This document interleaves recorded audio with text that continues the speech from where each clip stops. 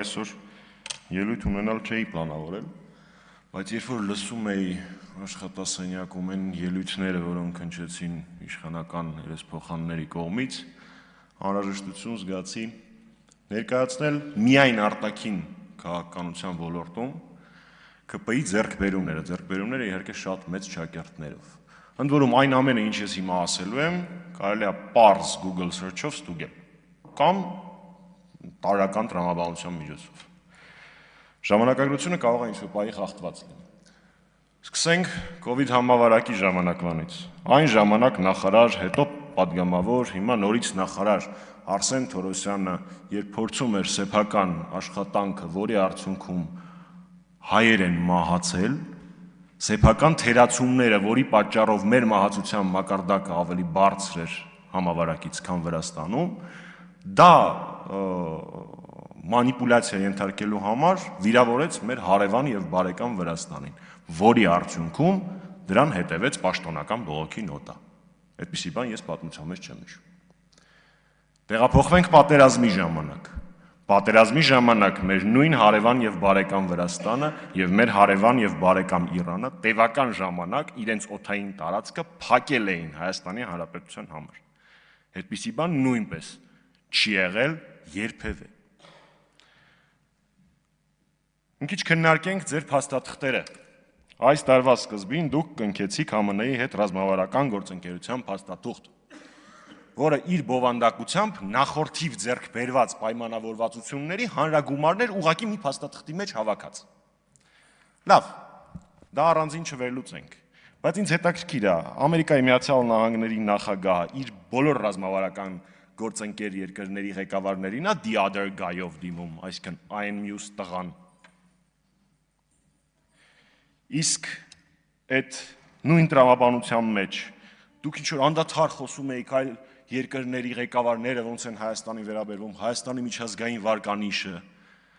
այդ նույն տրամաբանության մեջ եմ մտնում մոտենալ ներկայանալ ես Հայաստանի Հանրապետության վարչապետն եմ, պարոն նախագահ։ Թե գնանք մի հատ սուրճ խմենք, էդ էլա խորը հարգանքի ցուցանիշ։ Մի հատ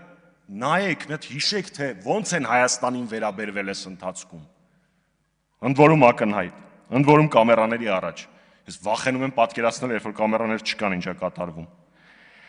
Անցնենք ԵՄ-ի հետ հարաբերություններին, ինչ եք արել դուք, մի հատ կենաց օրինագիծ եք ընդունել, որը ոչ մի հետևանք չունի ու որին ԵՄ որևէ միջինից բարձր պաշտոնյա արձագանք չի տվել։ Սկի Եվրոխորհրդարանի զեկույցների մեջ արտաքին կապերի մի տառ չկա գրած դրա մասին։ Ինչ էինք թողել մենք թողել էինք ՍԵՊԱ, որը վավերացված է բոլոր ԵՄ անդամ երկրների խորհրդարանների կողմից, իր մեջ նշված 3 հիմնարար սկզբունքներով։ Ինչ եք դուք մի տարի է խոսում, որ հələ չեք էլ արել գործադիրների մակարդակով մի փաստաթղթի ստորագրում, որը չի կարող մոտ անգամ քննարկվել ՍԵՊԱ-ի հետ իր ազդեցիկությամբ։ Եվ առհասարակ այս ձեր կառավարման ընթացքում 2 կարևորագույն փաստաթուղթ եք ստորագրել, հա, բանի տեսանկյունից։ Նոյեմբերի 9-ը, օգոստոսի 8։ Նոյեմբերի 9-ից մի քանի ամիս հետո տարընթերցումներ սկսեցին, օգոստոսի 8-ից հետո ստորագրելուց 3 րոպե հետո 2 երկրի ղեկավար միջանցք բառ օգտագործեց։ Այստեղ կա 2 տարբերակ։ Կամ դուք միջազգային պայմանագրեր կազմել եւ կարդալ չգիտեք, ունակ չեք ուղակի։ Կամ էլ խափում եք Հայաստանի Հանրապետության քաղաքացիներին, իրականում պայմանավորվել եք այն ինչ որ իրանք ասում են, բայց փորձում եք խափել, որ ձայն կորզեք։ Ավելի հետ գնանք 18-19 թվական Սիրիա զորախումբ էիք ուղարկել, զորախումբ սակրավորներ, հումանիտար եւ այլն։ Որոշումը չեմ քննարկում, առանձին բանավեճի թեմա է։ Դրա դիմաց Հայաստանի Հանրապետությունը ինչ է ստացել։ Դա կարևորագույն որոշում է։ Զիջում բառը չեմ ուզում օգտագործել, բայց դա կարևորագույն որոշում է։ Դրա դիմաց Հայաստանի Հանրապետությունը ինչ է ստացել։ 0։ Շատ եք քննարկում այդ հացահատիկի պատմությունը։ Ես չեմ քննարկելու այստեղ հացահատիկի հարցը, որտեղ դա մեծավ մասամբ տնտեսական հարց է, իր մեջ իհարկե ունի անվտանգային բաղադրիչ, բայց դրա մասին պետք է խոսել ավելի ուշ։ Մի հատ հարց ունեմ։ Ինձ այս պահին հետաքրքրում է, դրա դիմաց ինչ եք զիջել։ Դրա դիմաց ինչ եք խոստացել։ Չասեք թղթերում գրածները,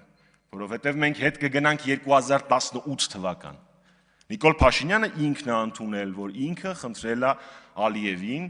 նվազեցնել սահմանային լարվածությունը, որովհետև ինքը Հայաստանում ներքաղաքական լուծելու խնդիրներ ունի, այլ կերպ ասած, պիտի հանրապետականների դեմ պայքարի։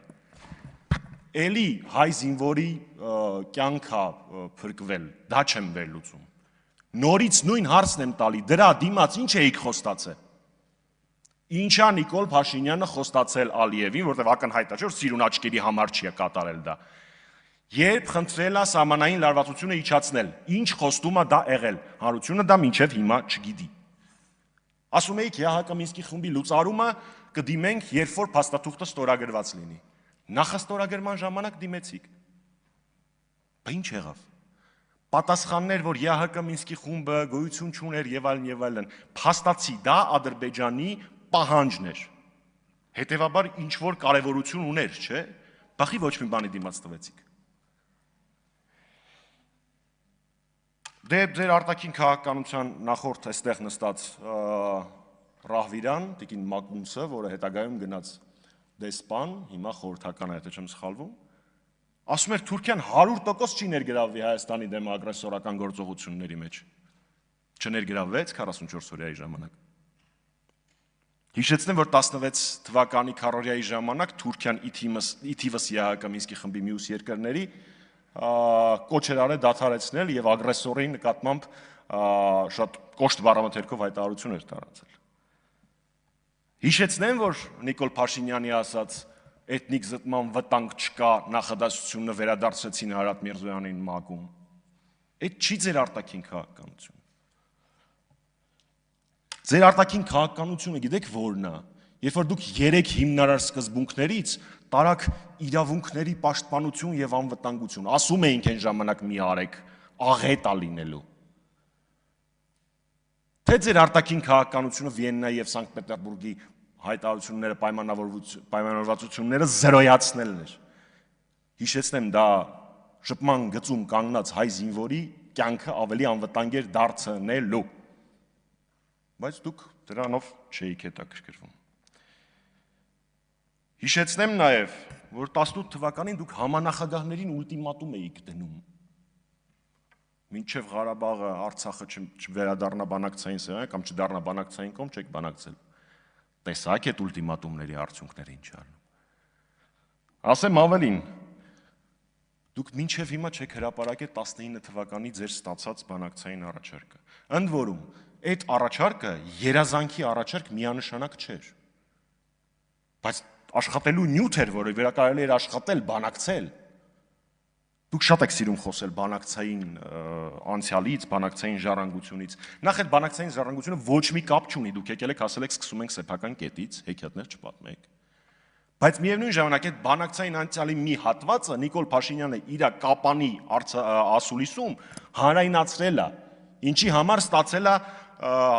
շատ կոշտ պատասխան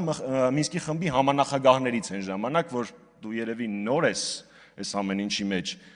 գաղտնի փաստաթղթերը չեն հանրայնացնում։ Եվ ինչ էր ասվում այդ առաջարկում, որը դուք եք հրապարակել, որ մենք ստանալու ենք, որ Արցախի հանրապետության համար մենք ստանալու ենք միջանկյալ կարգավիճակ։ Եվ միջանկյալ կարգավիճակը ըստ սահմանման չի կարող լինել ավելի վատ, քան դե ֆակտո իրավիճակն էր։ Հնարավորություն էր լինելու ԵԱՀԿ իրեն վերաբերվող հարցերին քննարկվել, մասնակցել, դատական իշխանություններ ճանաչվելու, հնարավորություն էր լինելու անդամակցել միջազգային կառույցների, որոնք ճանաչելիություն չեն ենթադրում, ու այսպես շատ կետեր։ Դա ձեր արտաքին քաղաքականությունը։ Դե գագաթնակետը իհարկե Մյունխենյան սկզբունքներն են, այդ առանձին պատմություն է։ Ես նույնիսկ չեմ էլ պատկերացնում, թե ինչ վիճակում են դրանք գրվել։ Եվ հասնենք վերջին 20 թվականի պատերազմից հետո ԵՄ բարձրաստիճան ներկայացուցիչ, ԱՄՆ դիվանագիտական կորպուսի ներկայացուցիչ, Ռուսաստանի Դաշնության նախագահ խոսել են ինքնորոշման իրավունքի մասին, հետո նաև Գերմանիայից են խոսել դրա մասին, կանցլերի մակարդակով, դուք դրա մասին չէիք խոսում։ Եվ որպես ամենավերջին կետ դուք միակն էիք, ու դա ես չեմ ասել, Բորելն է ասել, որ ճանաչեցիք Արցախը Ադրբեջանի կազմում։ Դուք միակն էիք, որ դա արեցիք։ Հələ տեսնեմ 21-ի արտահերթ ընտրությունների ժամանակ, այդ որ մուրճը առել էիք, ընկել էիք Հայաստանի մարզերի ջանին, Այնտեղ հատ առ հատ գնայիք ասեիք, մենք պատրաստվում ենք ճանաչել Արցախը Ադրբեջանի կազմում, քանի ձայն էիք ստանալու, բայց չէ, դուք խաբում էիք եւ ասելու էիք, որ Շուշին ու Հադրութը դեօկուպացնելու եք, իսկ Ղարաբաղյան հակամարտությունը լուծելու եք 3 հիմնարար սկզբունքների եւ անջատում հանուն փրկության հաշվին։ Եվ հենց դա է, եւ իմ բոլոր նշածները ու շատ այլ կետեր են պատճառը, Տիկին Ազարյան, որ իմպիչմենտը հաջողության հասնելու է։ Շնորհակալություն։ Արտահերձ ելույթով ես հանդես կգամ։